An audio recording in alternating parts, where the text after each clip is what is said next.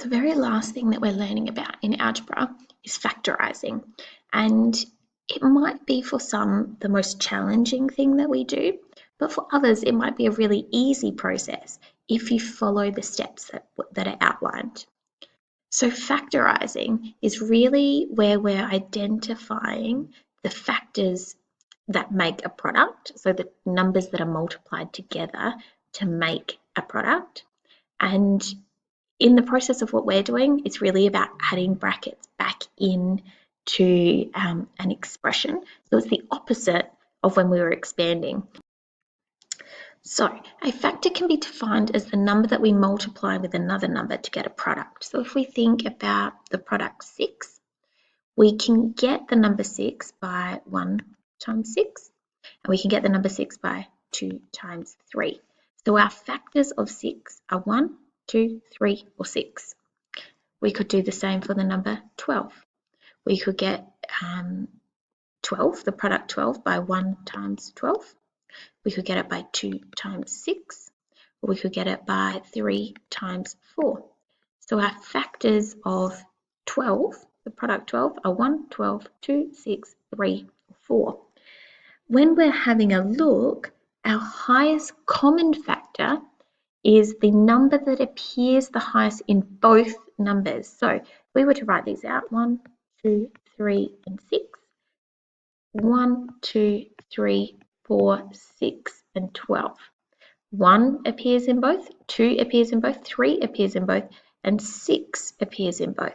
So our highest common factor is not 12 because that doesn't appear in the product 6. It's actually 6. If we had some other numbers, and I'll just clear the screen.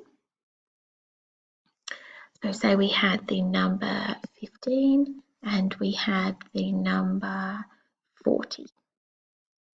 So we could get 15 by 1 times 15, and we can get it by 3 times 5.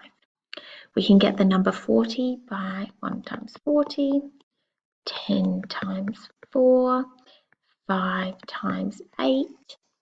We can have a look here. Highest common factor, having a look at the numbers that are the same, are 5. So the highest common factor of 15 and 40 is 5 because it's the highest factor that's the same.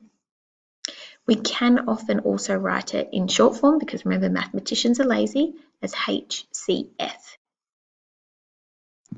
So this is factors in its simplest form. What we're actually doing is we are factorising an expression. So we're trying to make it as small as possible by adding those brackets back in. And I'm going to go through how to do that. Hopefully by the end you'll think that it's a piece of cake. So we have some steps that we follow. The first thing we need to do is write each term in the expression as the product of its factors. So just how I did before, where I wrote out all the things that you multiply by or together to get that answer. You then circle the common factors. That then allows you to identify the highest common factor of all the terms. So if there's 2 terms, you need to find the highest common factor between those 2. If there's 3 terms, you need to find the highest common factor between all 3 of them. We then write the highest common factor in front of the brackets and place the remaining factors for each term inside of the brackets, and then we can check by expanding. It seems like a lot because there's 5 steps, but when we break it down and we do each step, it shouldn't appear too overwhelming. Let's try our first one. So we have the expression here, 3y plus 3, and we've got our steps over here to remind us. So the very first thing that we need to do is we need to write each term in the expression as a product of its factors. So we've got 3y and we've got 3 on its own. So over here, I'm going to write how can we make 3y? There's only one way, and it's 3 times y. How can we make 3? 1 times 3 is our only way. So having a look at our factors, we've got 3 and a y, and we've got a 1 and a 3. So the highest common factor, which is step 2, is 3. So I found out that it's 3. So the next thing I need to do is put a 3 in front of the brackets. And now I've put my bracket here. I then write the sum or difference of the other factors inside. So I've got 3 on the outside. What's left is y. So 3 times y is 3y, and it's an addition, so I'm going to put a plus, and 3 times what equals 3 times 1, and we worked that out over this side. So my factorised expression is 3 bracket y plus 1. And I'm going to double check that I did that right. So I'm going to expand. 3 times y is 3y. 3 times 1 is 3. Is that the same as this one? Yes, it is. The bit where people often get a little bit tricked is what to put inside here. Because the 3 is on the outside, we don't just put 3 straight in.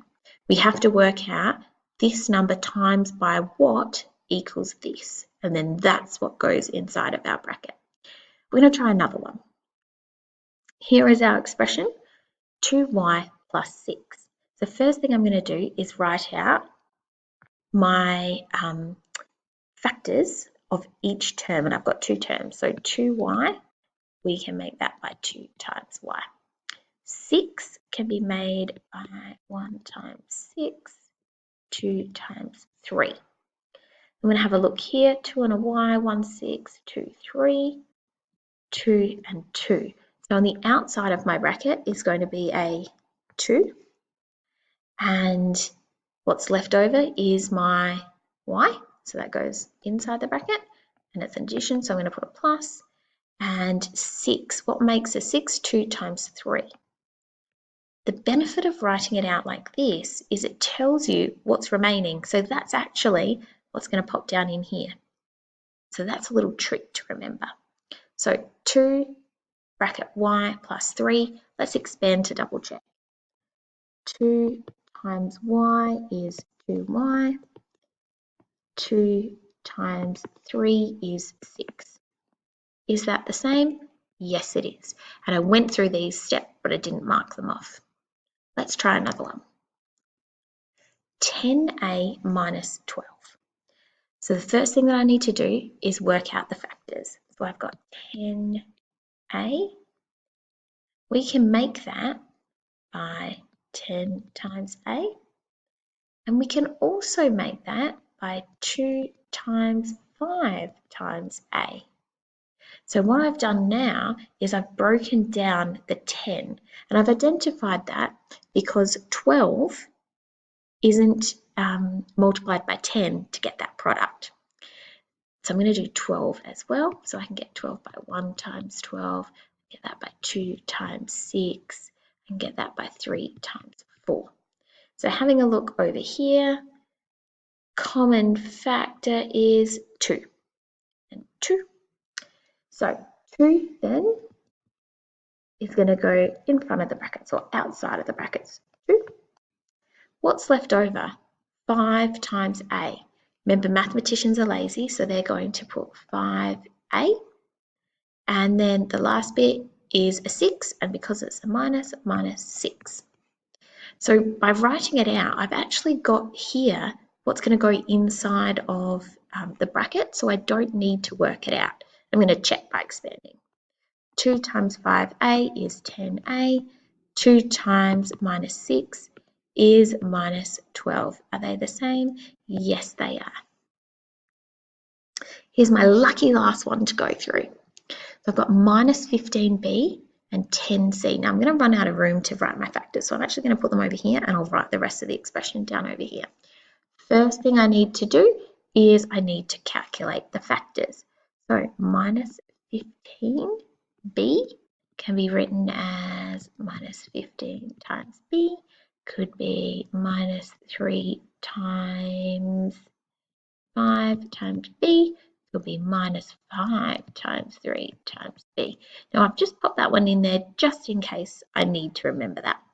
And then in terms of the switch around with where the minus is, then 10c can be written as 10 times c, 2 times 5 times c, and that's it.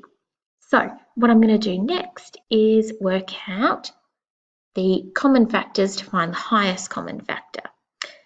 And it's not within this bit, it's actually between both of the products. So there's one and there's the second. I'm having a look. 5 and 5 appears to be the biggest. So I'm going to put those on the outside. You will notice that this one has a 5 as well, but it has a minus in front. So we're not choosing that one, we're choosing the positive because this answer is a positive as well. 5, what's left? Minus 3b plus what's left? 2c. Let's double check if that works. 5 times minus 3b is minus 15b plus 5 times 2c is 10c. Have we got the same answer? Yes, we do. So the easiest thing you need to do is simply follow through these steps here to ensure that you are doing the right process and to put expander at the end so you can compare that you definitely got the right answer when you were factorising. Factors are the numbers that multiply to get an answer. And it's as simple as that.